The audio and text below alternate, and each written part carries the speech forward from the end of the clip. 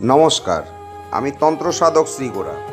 যে সমস্ত মানুষ সমস্ত কার্যে বাধা পাচ্ছেন তারা এই উপায়টি বিশ্বাস ও ভক্তি সহকারে শনিবার দিন করুন।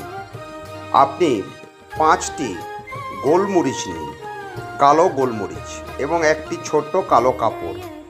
রাত্রে শয়নে যাওয়ার সময় 5টি গোলমরিচকে ওই কালো কাপড়ের মধ্যে মুড়ে আপনার মাথার নিচে রাখুন এবং পরের দিন ভোরবেলায় উঠে আপনি ঘড়ির কাঁটার বিপরীত দিকে 7বার সেই পোটলাটিকে ঘুরিয়ে আপনি আপনার নিকটস্থ যে কোনো তেরাস্তার মোড়ে ফেলে আসুন।